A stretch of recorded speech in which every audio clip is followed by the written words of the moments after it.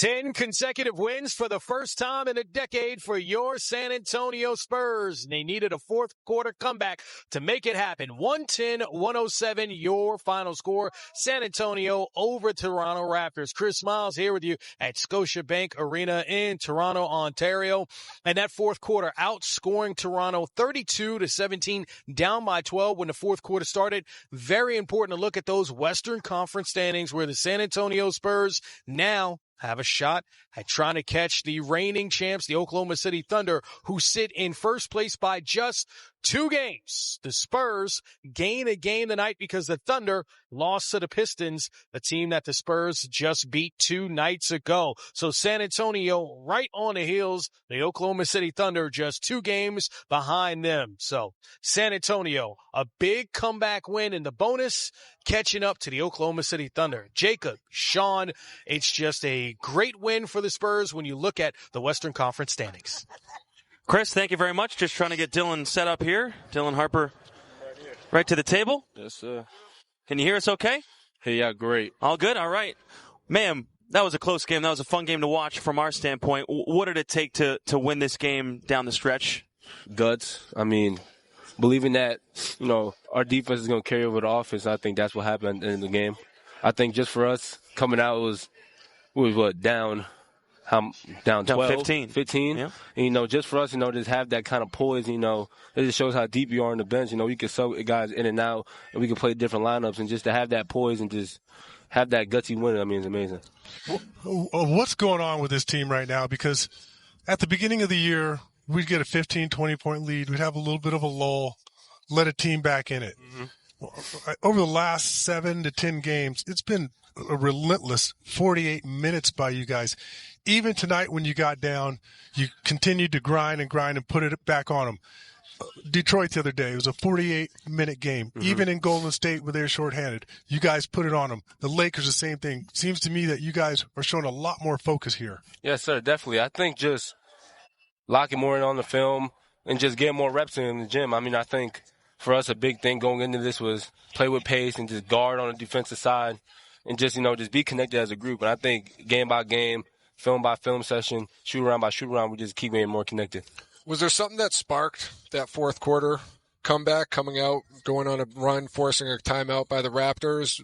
Did Coach Johnson say something in between the quarters, a player, or was it just a matter of pounding the rock and it split in 2 at that moment? We didn't want to lose. That's what it came down to. Coming in the game, we're like, this is a must-win game.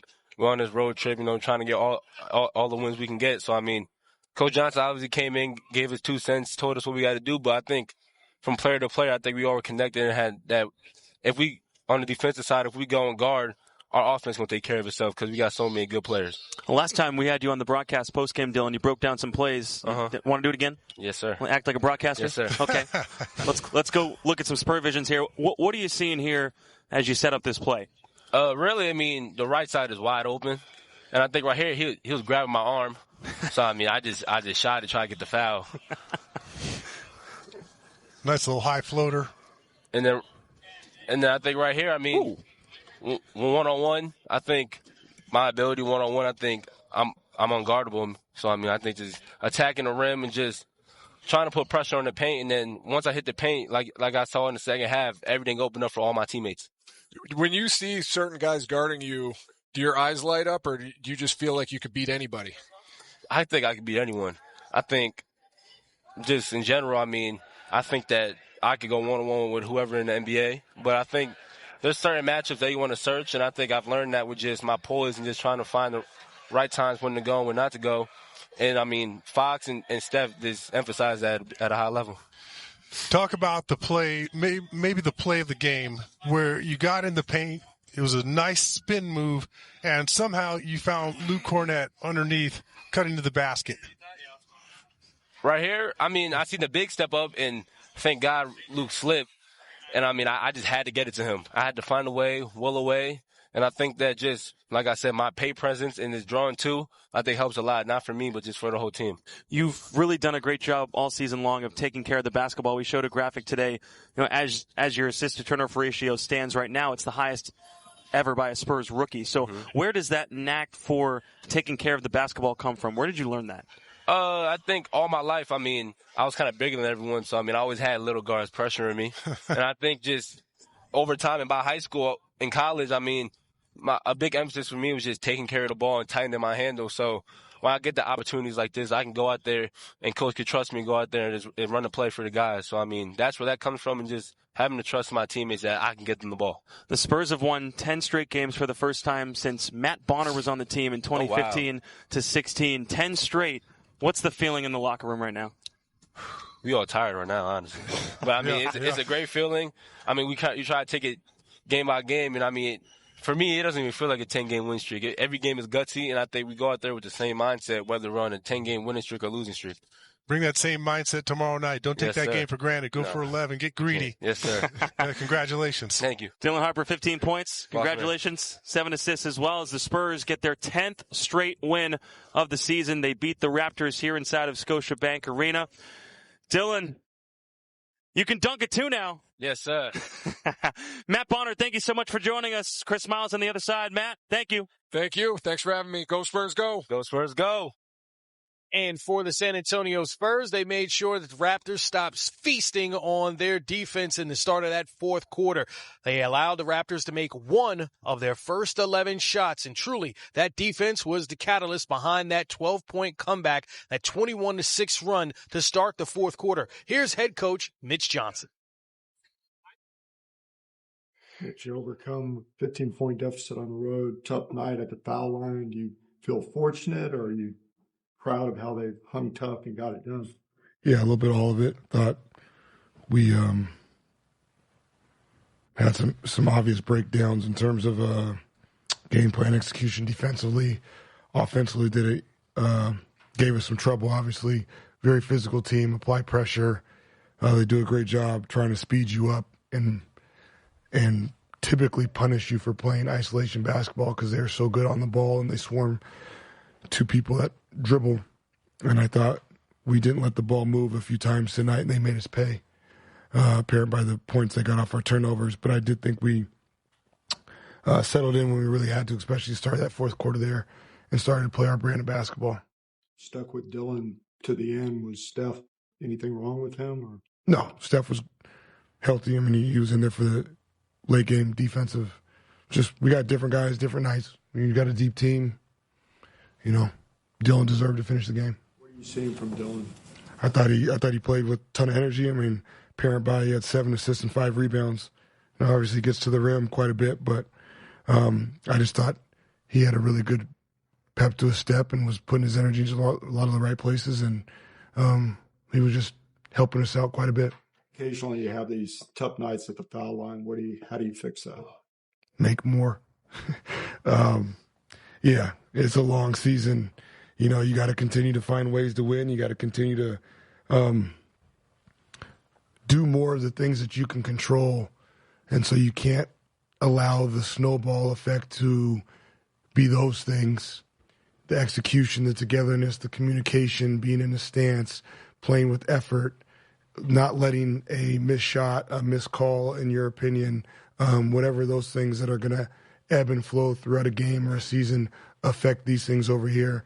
And it's going to happen. It's human nature. But I thought when push came to shove, we did a good job of that, and happy to see us kind of fight through a tough night in a few different ways. Coach, what did you see from the way the Raptors defended Victor physicality and schemes-wise? How did you try to adjust to it?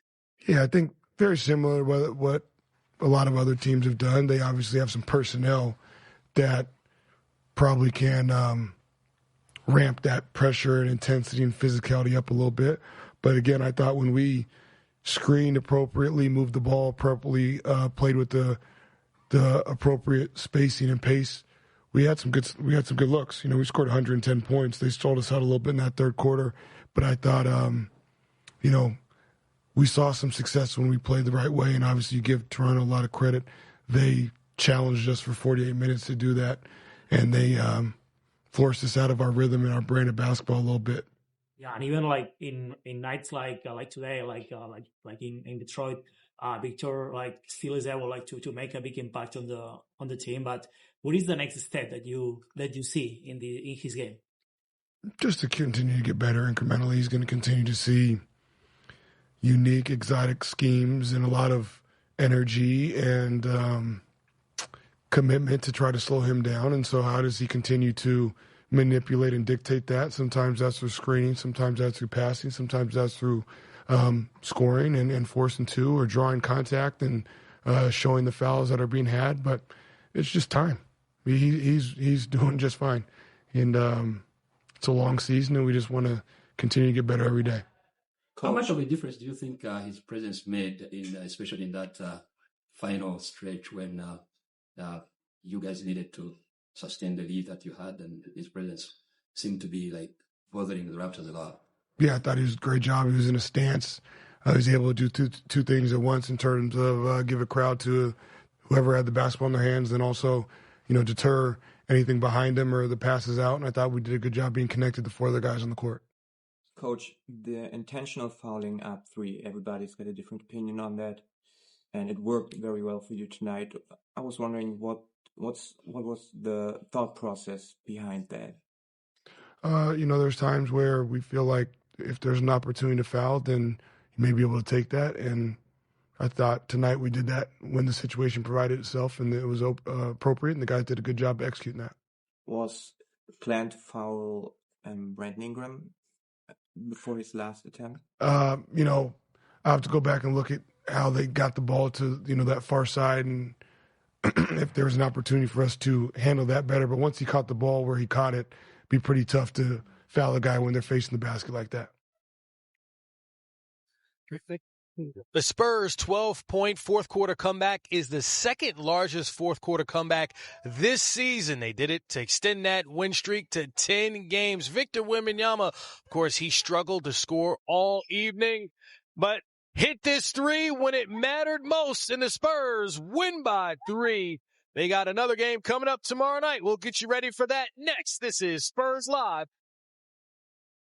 In a game that featured 9 lead changes, it was the San Antonio Spurs leading when it mattered most, 110-107. That is your final score. Remember, their last 5 wins before this were all by double digits, so this is the closest game they've had in a while. The rodeo road trip continues. The last part of the stretch, 3 more games. Brooklyn Nets tomorrow here on the FanDuel Sports Network, followed by at the Knicks on Sunday at noon, and then concluding at Philadelphia 76ers Tuesday at 7 o'clock. That game also on the FanDuel Sports Network. So, a balanced attack for the San Antonio Spurs. 6 different players scored in double figures for a 10th consecutive win in a game where Victor Wembanyama had just 4 points at the half and struggled to find his way scoring.